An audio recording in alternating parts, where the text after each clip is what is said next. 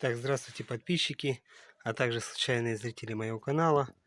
Сегодня я хочу рассказать о том, что вот я заменил, получается, стойку.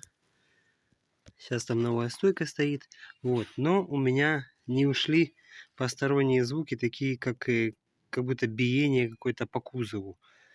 Ну, где-то пару дней поездил. Я решил заглянуть, может, где-то что-то плохо обжал. Везде все хорошо обжато, но не могу понять, в чем дело. Начал смотреть вот сюда вот. Видите, вот это идет балка задняя. Да, это, кстати, машина Таврия у меня. Вот. Идет балка. И вот смотрите. Вот здесь вот есть болт.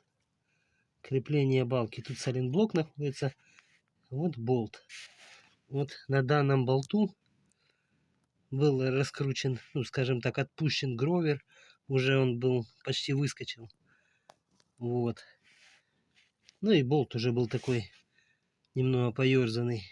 В общем, заменил вот этот болт.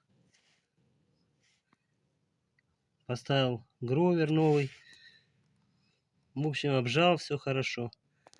Сейчас биения нету. Ну, это для тех, кому, в принципе, ну, интересно. Иногда бывает, что непонятно где, что стучит. Ну и как бы в этом не очень понимают.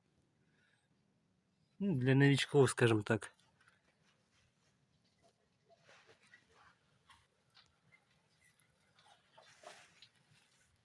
Ну, в общем, на этом все. Большое спасибо. Может, кому-то будет полезно. Всем пока.